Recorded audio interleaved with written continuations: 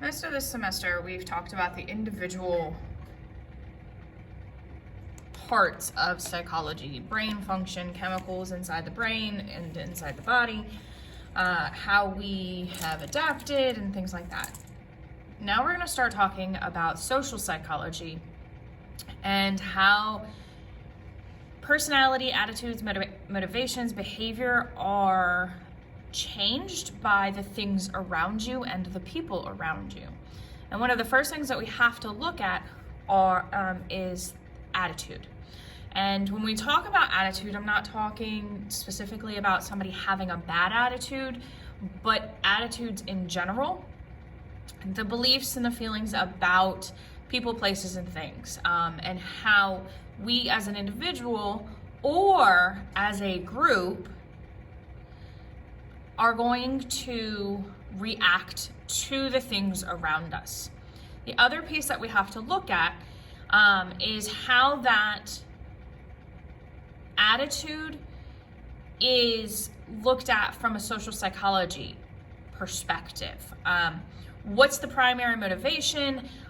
Is it cultural? Is it in a family thing? Is it an individual thing? And does it change over time? Can we, as individuals, change our own attitudes and beliefs based upon things and people around us? So how does your attitude develop?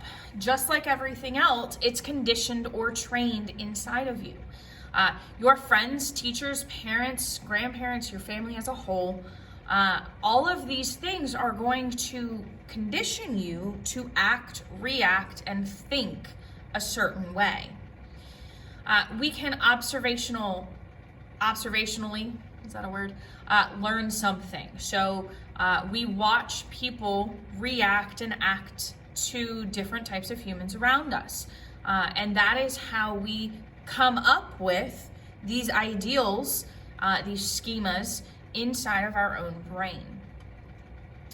You have cognitive evaluation. This takes a lot of practice because as an individual, you have to do the research. You have to look at multiple sources.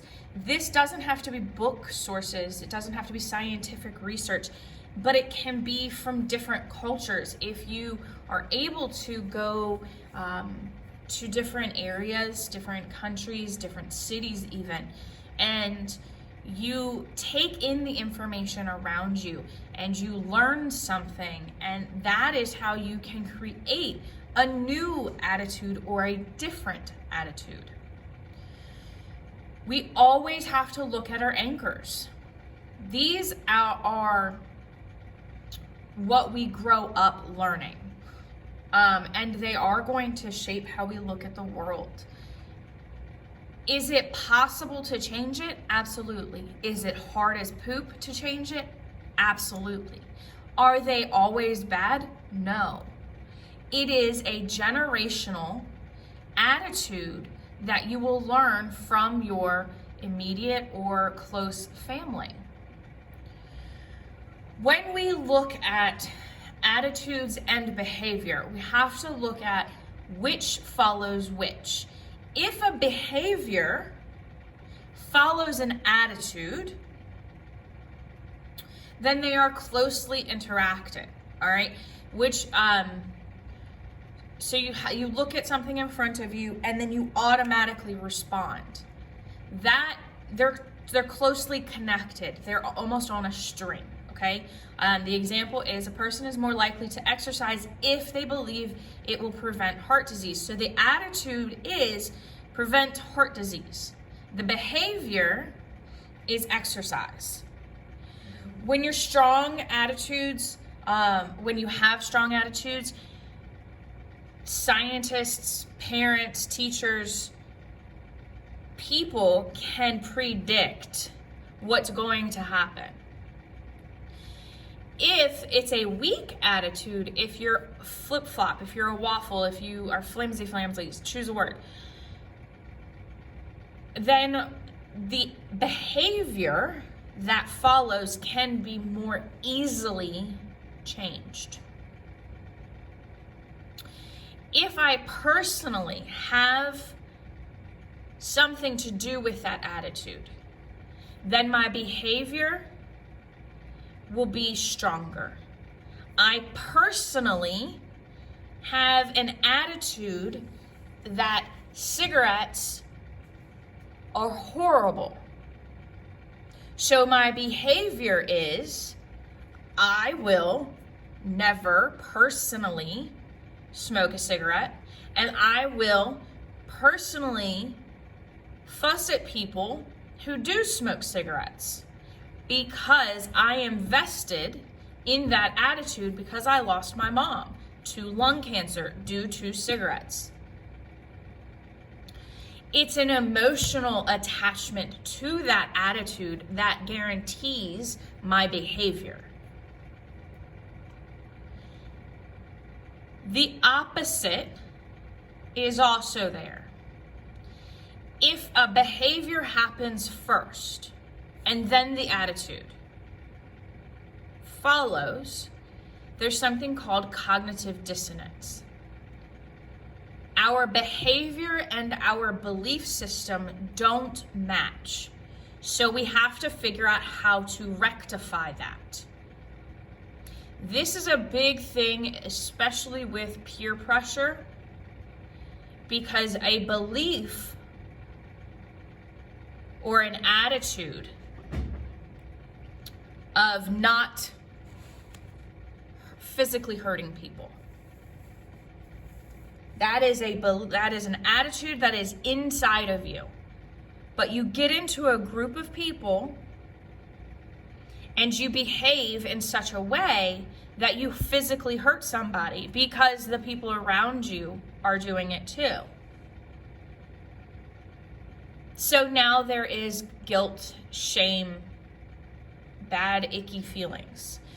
So the cognitive dissonance is we have to figure out why we acted that way. How can we not act that way again?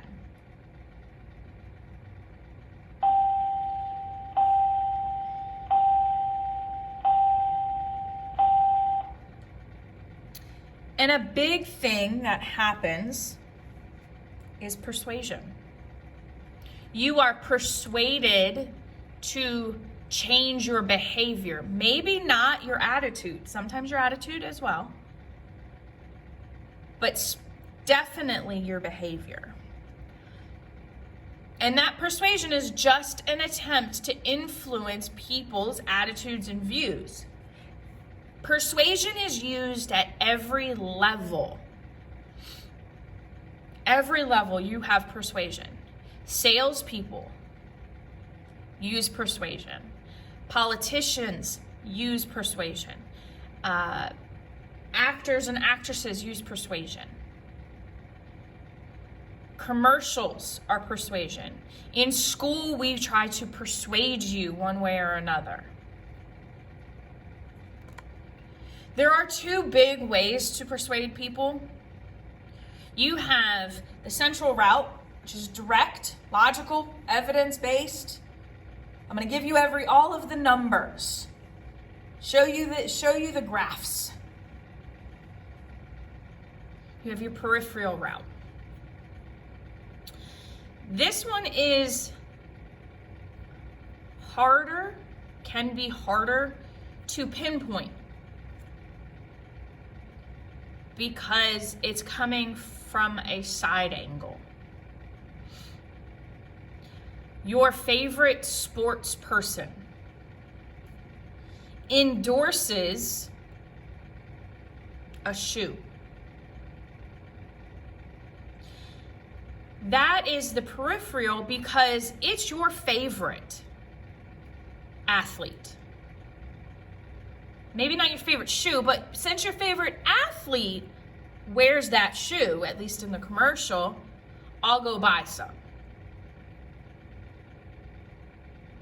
The shoe itself does not persuade you. It's the human attached to it. Another peripheral is repetition. You could tell me,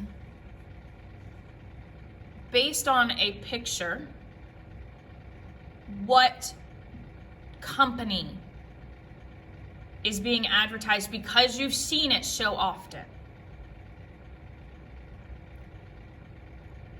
You could tell me based on a jingle, a little song,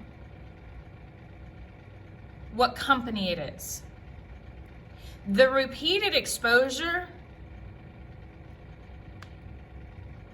almost brings up a positive memory. Or it could be a negative one.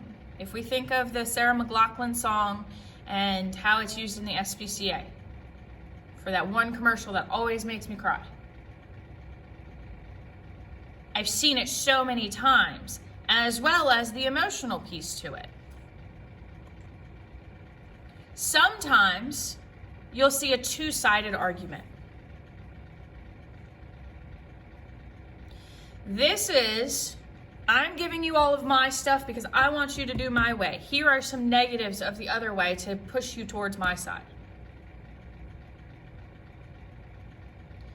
I'm taking one idea, I'm giving you all the positives on my side, none of the negatives.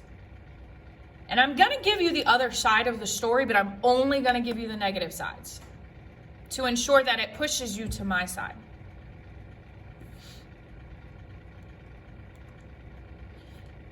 Back to that Sarah McLachlan song. Emotional needs, emotional feelings, loyalty, admiration, desire, jealousy, fear.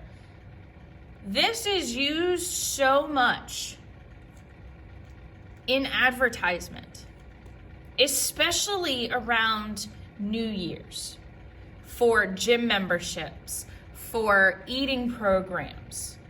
Well, as long as you eat this way, you'll look as good as this human on the screen.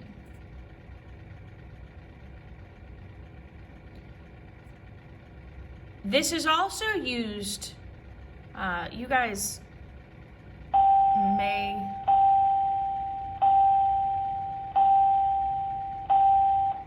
or may not have had this in elementary school. It was called the DARE program to decrease the introduction of drugs to children.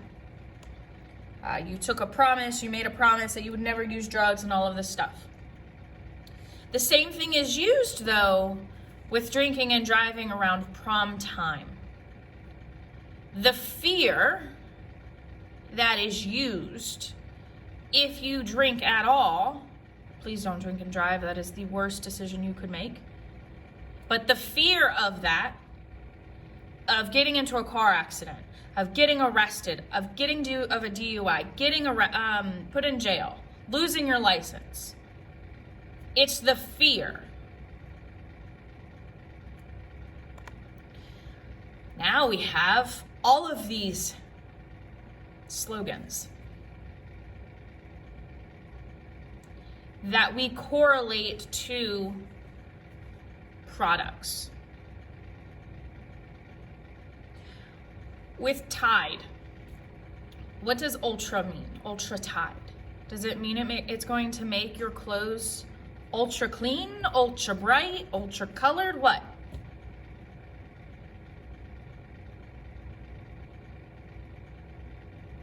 Things go better with Coke. What does that even mean? If I took it out of that color, out of that style font, what does that even mean?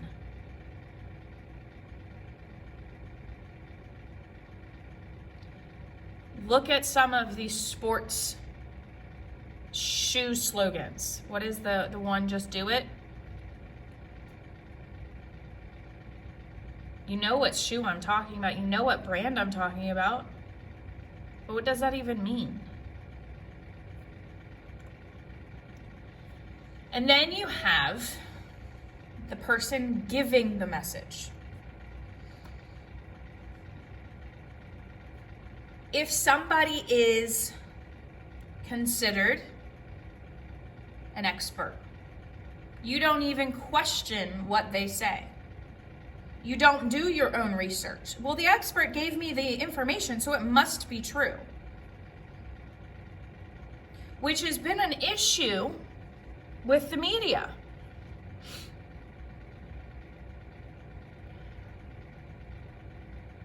The role of the messenger. Is the person giving the information trustworthy? Or are they just lying? Are they trying to get you to think other people are lying? Are they physically attractive? This is one reason that a lot of companies use athletes and actresses and models.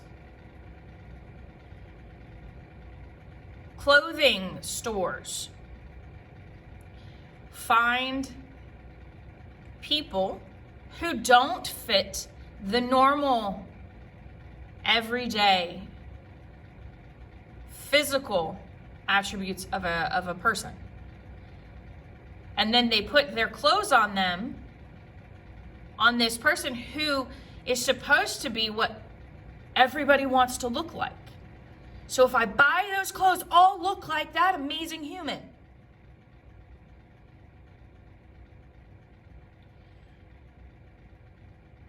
What is the role of the messenger?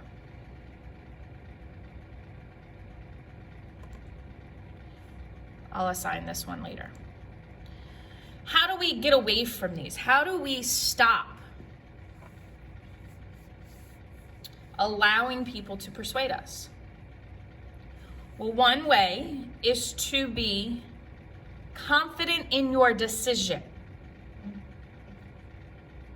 Psychologically, if you have a higher self-esteem, if you are sure of yourself and your decisions, you are less likely to be persuaded.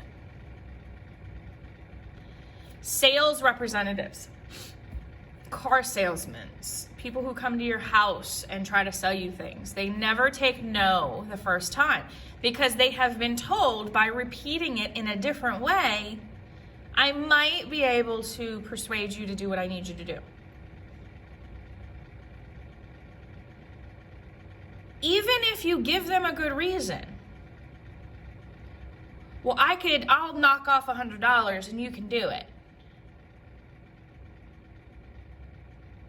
The ability to say no and stick to no with sales people is hard. This is also really big in like discounts. Buy two, get one free. Not really, because they just take a little bit off of each one. But the sale gives you a spurt of dopamine in your brain. Being able to stick to your values and do your own research is paramount